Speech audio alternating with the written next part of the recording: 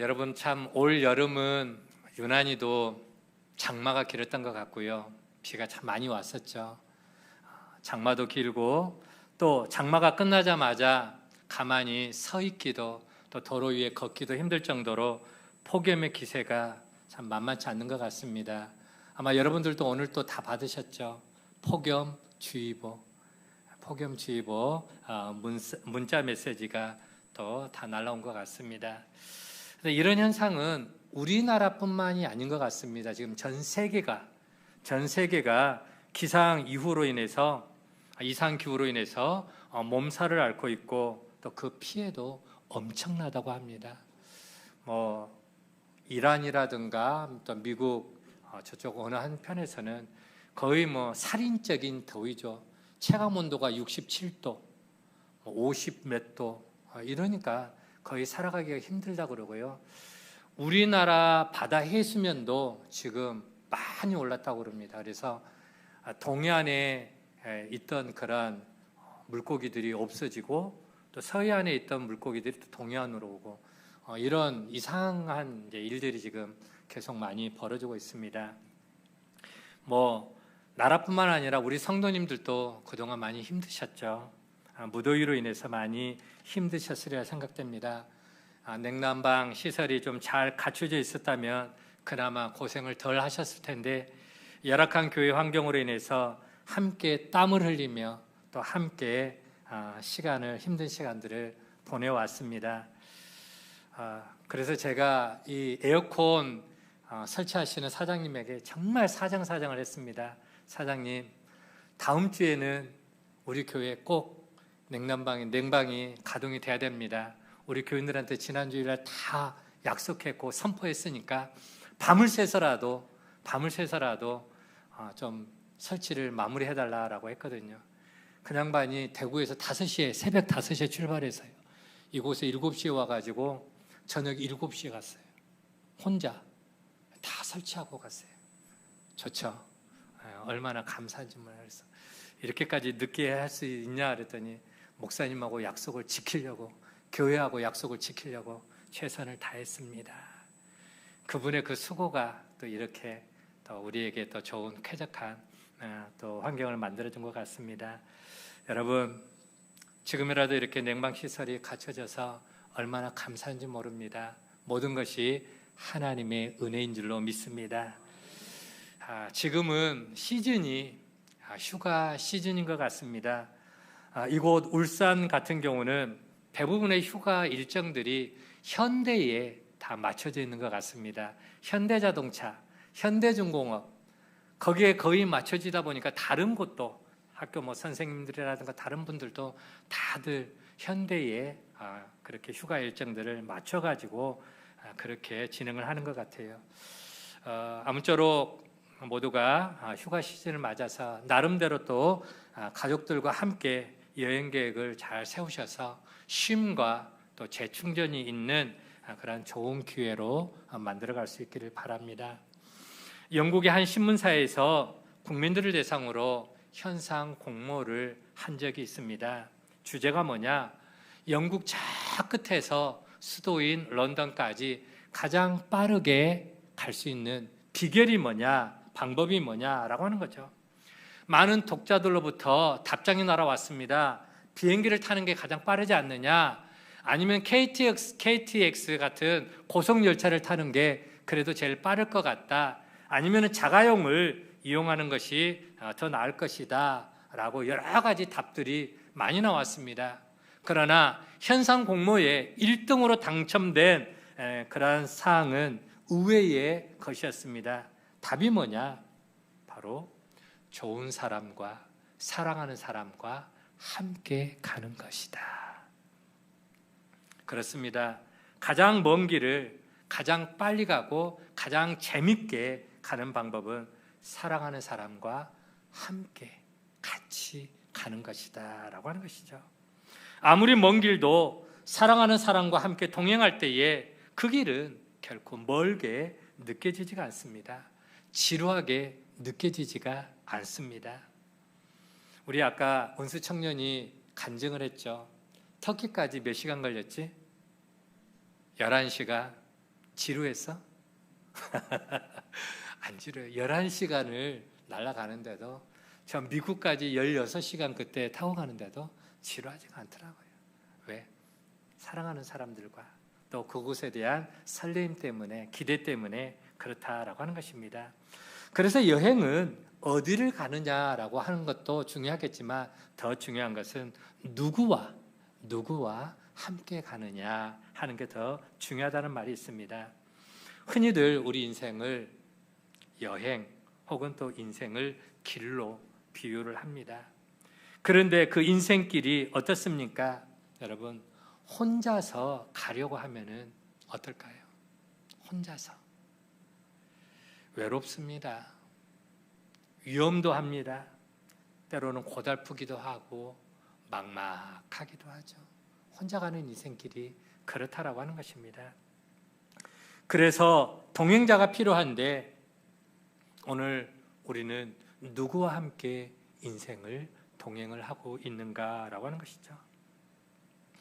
오늘 성경은 우리 인생에 있어서 최고의 동행자를 한 분 소개해 주고 있습니다.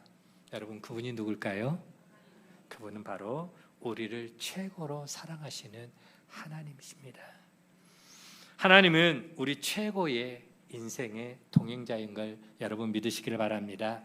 오늘 본문 24절을 보니까 에녹이 하나님과 동행하더니 하나님이 그를 데려가심으로 세상에 있지 아니하였더라라고 그렇게 성경은 말씀하고 있습니다. 동행한다라고 하는 말은 함께 걷는다, 함께 산책한다, 혹은 또 함께 같이 산다라고 하는 여러 가지 친밀함의 의미입니다. 서로 떨어질 수 없어 함께 같이 가는 것, 같이 걷고 같이 산책하고 같이 살아가는 걸, 그걸 말하죠. 둘 사이에는 어떤 거리감도 없습니다. 서먹서먹함이 없는 아주 친밀한 깊은 교제를 나누며 함께 살아가는 것을 말하겠죠. 그렇습니다. 하나님은 우리와 떨어질 수 없는 존재가 되어주시기 위해서 우리의 동행자가 되어주신 것이죠. 떨어져서는 안 되는 존재가 되어주시기 위해서 우리의 동행자가 되어주신 겁니다. 그래서 우리가 하나님과 함께 걷고 함께 호흡하고 함께 동행자가, 함께 살아가는 동행자가 된 것입니다. 자, 그러면 여러분, 오늘 본문에 보면은 에녹이 하나님과 함께 동행했다라는 그런 표현의 말씀이 있습니다. 그런데 자세히 한번 생각해 봅시다. 누가 누구와 동행을 한 것일까요? 에녹이 하나님과 동행한 것일까요? 아니면 하나님께서 에녹과 동행해 주신 것일까요? 요한복음 15장 16절 말씀 보면은 이런 말씀이 있습니다. 너희가 나를 택한 것이 아니요 내가 너희를 택하여 세웠나니. 하나님이 먼저 우리를 택해 주셨다라고 하는 것이죠. 그렇습니다. 동행의 시작은 하나님이 먼저 나를 부르시고 또 내가 구원받는 순간부터 나는 하나님과 동행하는 삶이 시작이 되는 겁니다. 마치 부모님이 나를 낳으신 이후에 나 몰라라 방치하지 않고 육체적으로 혹은 정신적으로 언제나 늘 나와 동행하는 삶을 살아주시는 것처럼 하나님도 나를 부르시고, 성경 말씀 있잖아요. 내가 너를 택하여, 내가 너를 지명하여 불렀나니 너는 내 것이다. 그렇죠? 내가 너를 지명하여 불렀나니 너는 내 것이다. 하나님이 먼저 우리를 불러주셨어요. 우리를 택해 주셨어요. 그리고 또 우리를 당신의 자녀로 구원받는 순간부터 우리는 하나님과 동행하는 그런 삶이 되는 것입니다. 그래서 결코 우리를 홀로 버려두지 않고 우리 인생의 최고의 동행자가 되어주시는 것입니다. 이처럼 하나님과의 동행은 하나님의 은혜로 시작이 된 것입니다. 내가 하나님을 붙드는 삶이 아닙니다. 하나님이 나를 붙들어 주시는 겁니다. 내가 하나님을 찾아 나선 것이 아니라 하나님이 먼저 나를 찾아와 주셨고 그분이 먼저 우리의 동행자가 되어 주신 겁니다. 이 사실을 하나님께서 우리에게 소개하시면서 이런 말씀을 해주셨습니다. 어떤 말씀이요? 마태복음 1장 23절 말씀을 같이 한번 읽어볼게요. 시작. 보라, 처녀가 잉태하여 아들을 낳을 것이요 그의 이름은 임마누엘이라 하리라. 아멘. 임마누엘 무슨 뜻입니까? 임마누엘, 하나님이 우리와 함께 하신다. 하나님이 우리와 함께 하신다. 그렇죠? 처녀에게 마리아에게 아이를 갖도록 하나님께서 역사해 주시고 그 이름을 임마누엘이라 하라. 그것은 바로 하나님이 우리와 함께 해 주시겠다라고 하는 그런 의미의 말씀입니다. 임마누엘 되신 하나님께서 우리가 어디에 있든지 우리가 무엇을 하든지 언제나 우리와 함께 하시며 우리 인생의 동행자가 되어 주신다는 말씀이죠. 여러분, 이게 바로 신앙생활이고 이게 바로 믿음의 삶인 줄 믿으시기를 바랍니다. 예수님께서도요, 마태복음 28장 20절 말씀 보면은 내가 세상 끝날까지 너희와 항상 함께 있을 것이다 라고 말씀하셨죠. 지상명령을 내리면서 마지막 끝절에 보면은 내가 세상 끝날까지 너희와 언제나 함께 할 것이다. 진정한 우리의 동행자가 되어주실 것을 약속하셨습니다. 하나님이 먼저 약속하셨고 먼저 찾아주셨고 우리 인생의 동반자가 되어주신 것입니다. 이렇게 해서 우리는 하나님과 아름다운 동행이 시작이 된 것입니다. 권성길 시인의 아름다운 동행이라는 시가 있습니다. 아마 들어보신 적도 있으실 겁니다. 천천히 제가 한번 읽어드리도록 할게요. 당신과 잡은 손 마음까지 따뜻해집니다. 당신과 동행하면 아무리 먼 길도 눈이 오고 바람 불고 날이 어두워도 갈 수가 있습니다. 바람 부는 들판도 지날 수 있고 위험한 강도 건널 수 있으며 높은 산도 넘을 수 있습니다. 당신과 함께라면 나의 갈 길 끝까지 잘 갈 수 있습니다. 당신과 함께라면 손 내밀어 건져주고 몸으로 막아주고 마음으로 사랑하면서 나의 갈 길 끝까지 잘 갈 수 있습니다. 아름다운 동행은 나의 행복입니다. 여러분, 그렇습니다. 혼자 가면은 외로운 길도요, 사랑하는 사람과 같이 가면 즐거운 것입니다. 아무리 험하고 아무리 힘든 길이라 할지라도 힘들거나 지루하지 않습니다. 누구와 함께 가면요? 사랑하는 사람과 함께 가면은.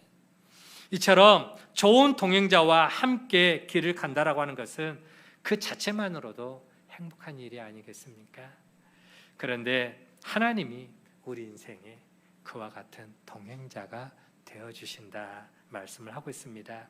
하나님이 우리 인생의 동행자가 되어주셨기에 우리는 행복한 존재가 되신 줄 여러분 믿으시기를 바랍니다.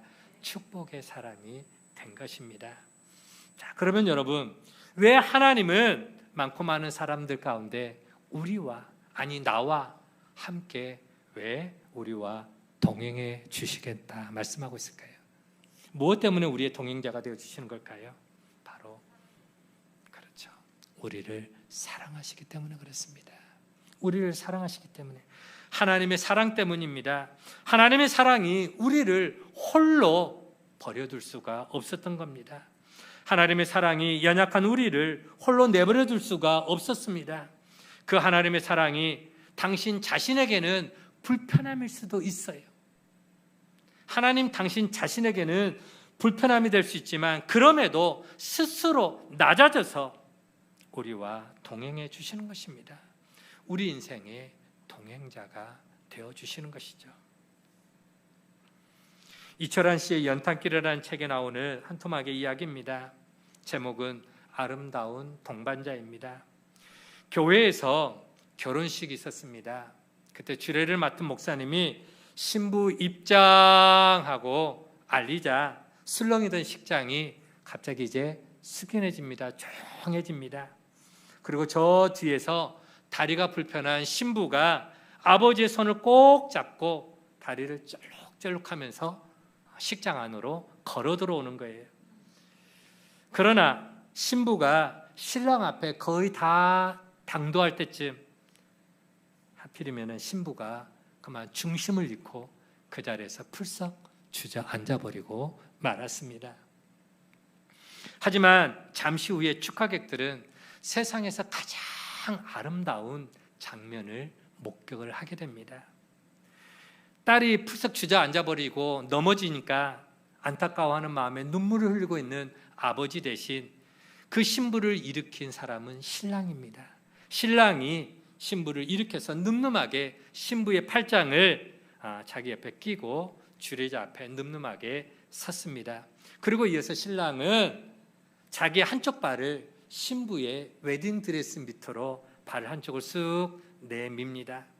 그러면서 흔들거리는 신부의 그 한쪽 짧은 발, 왼쪽 짧은 발을 자신의 발등으로 받쳐주고 있는 겁니다. 신랑은 중심을 잡으려고 신부보다 더 많이 흔들리고 있었습니다. 그러나 신부의 발을 받쳐주고 팔을 붙잡아주느라 안간힘을 다 쓰고 있는 반면에 얼굴에는 환한 미소를 머금고 그렇게 예식에 참여하고 있는 그 신랑의 모습 속에서 하객들은 진정한 동행의 모습이 어떤 건지 그림을 볼 수가 있었던 것이죠. 자, 그런데 결혼식이 끝나고 나서 결혼식에서 감동받았던 신랑의 친구 태환이라고 하는 사람이 있는데 그 친구가 이 신혼가정을 방문을 하게 되는데 결혼식 때보다 더 큰 감동을 받게 된 겁니다. 결혼식 앨범을 한 장 한 장 펼쳐보다가 신랑이 신부에게 보낸 쪽지 편지를 보게 됩니다. 그 편지를 읽고 나서 결혼식장에서 받았던 감동보다 더 큰 감동을 받게 되는 겁니다. 앨범 속에 끼어있는 쪽지에는 이렇게 쓰여져 있습니다. 여보, 나는 늘 기쁨으로 당신의 한쪽 다리가 되겠습니다. 만일 그렇지 못하면 당신과 하나가 될 수 있도록 차라리 내 다리를 꺾어 절게 해달라고 기도하겠습니다. 신부를 너무나 사랑하기 때문에 신랑은 신부를 위해서 자기의 불편함을 감수하면서도 그녀의 한쪽 다리가 되어주겠다고 그렇게 약속을 한 것이죠. 여러분, 오늘 우리 하나님은 오늘 우리를 너무나 사랑하시기에 우리의 동행자가 되어주신 줄로 믿습니다. 연약한 우리를 당신의 능력으로 부축해 주시고 우리의 짧은 다리를 세우시기 위해서 당신의 온 몸으로 우리를 지탱해 주시는 사랑의 동행자입니다. 이렇게 우리 옆에서 온몸으로 지탱해 주시며 함께 걸어가니까 우리가 가는 길이 위험하고 험할지라도 쉽고도 가벼운 발걸음으로 우리는 우리 인생의 발걸음을 힘있게 내디딜 수가 있는 것이죠.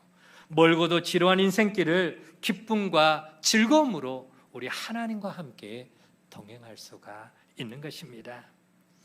자, 그러면 여러분, 하나님과의 동행이 그냥 동행으로 끝나버리면 조금 아쉬움이 남지 않겠습니까?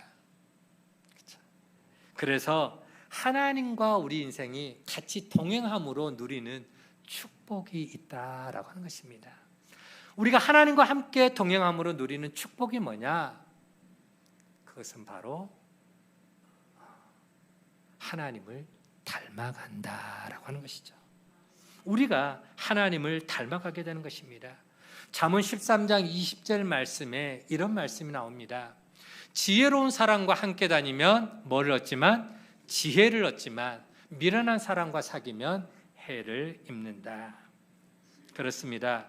지혜로운 사람과 동행하면 나도 닮아서 지혜로운 사람과 같이 되는 것입니다. 자연스럽게 그의 지혜를 닮아가는 것이죠. 마찬가지로 우리가 하나님과 동행하다 보면 자연스럽게 하나님을 닮아가는 것입니다. 이게 바로 동행의 미학인 것이죠. 동행하는 사람은 피차 닮습니다. 그 동행이 오래되고 그 동행이 진지하면 진지할수록 닮음의 질적 깊음은 더해 갈 것입니다. 저와 제 아내는 24년을 함께 살아왔습니다. 우리 어르신들에 비하면은 그렇게 자랑할 것도 아니지만 그래도 24년을 오래 같이 살았죠.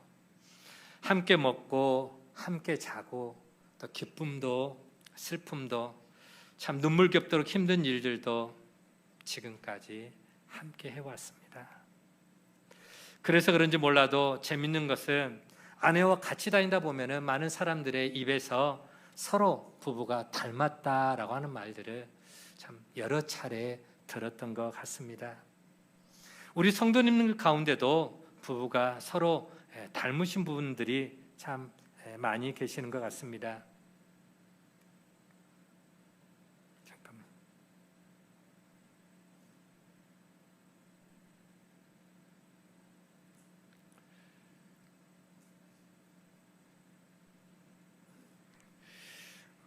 갑자기 오다가 나가지고 그래요. 우리 성도님들 가운데도 서로 부부가 많이 닮으신 분들이 있죠. 부부는 서로 닮는 거예요. 닮지 않는 게 오히려 이상하지 않겠습니까? 부부는 승명적으로 닮아가게 돼 있습니다.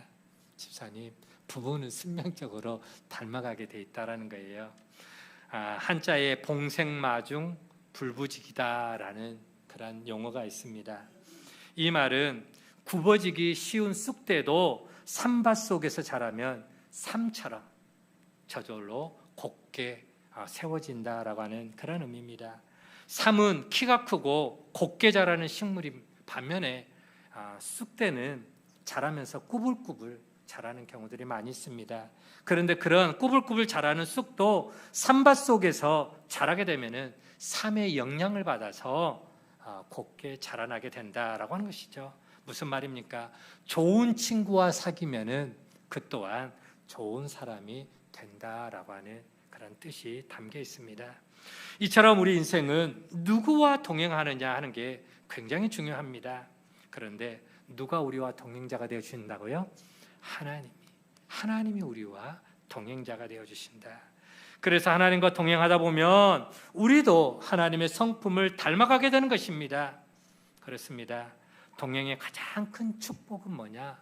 동행자와 닮아간다라는 것입니다. 그래서 하나님과의 동행은 아름다운 것이고 하나님과의 동행은 위대한 것이고 하나님과의 동행은 영광스러운 동행이 되는 줄 믿으시기를 바랍니다.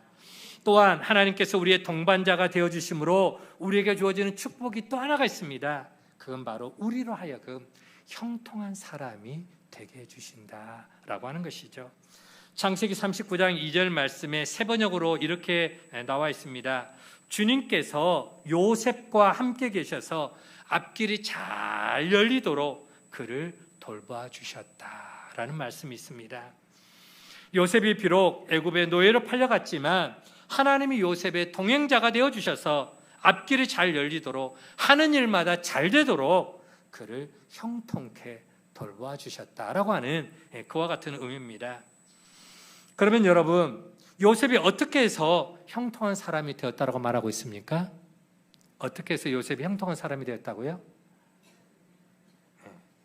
요셉이 하나님과 함께 함으로입니까? 아니면 하나님이 요셉과 함께 하였기 때문입니까? 하나님께서 요셉과 함께 해주심으로 요셉의 삶이 형통한 사람이 된 겁니다. 하나님이 요셉과 동행자가 되어주심으로 형통한 사람이 된 것이죠. 하나님은 요셉이 형들에 의해서 웅덩이에 던져졌을 때도, 또 노예로 상인들에게 팔려갔을 때도, 그리고 억울하게 옥에 갇혔을 때도 언제나 요셉이 있는 곳에는 하나님이 그곳에 함께 동행해 주셨습니다. 사방으로 길이 꽉 막힌 것 같은 그런 상황에 던져졌지만 하나님께서 요셉의 앞길을 활짝 열어주셨습니다. 그리고 그가 하는 일마다 잘되게 해주셨다라고 하는 것이죠.